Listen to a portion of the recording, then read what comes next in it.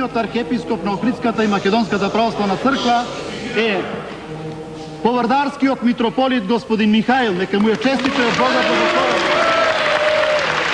Михаил, избран и восторичен архиепископ Охридски и Македонски, се заколнувам во семокниот Бог дека на Македонската православна црква и на својата татковина Република Македонија ќе им бидам верен и предан, ќе го почитувам и чувам црковниот устав, ќе ја чувам чистотата на светото православие, црковните канони и прописи, ќе го чувам автокефалниот статус на Македонската православна црква и дека нема да се согласам во никаква измена што би се противела на нашиот Бог и на нашите интереси.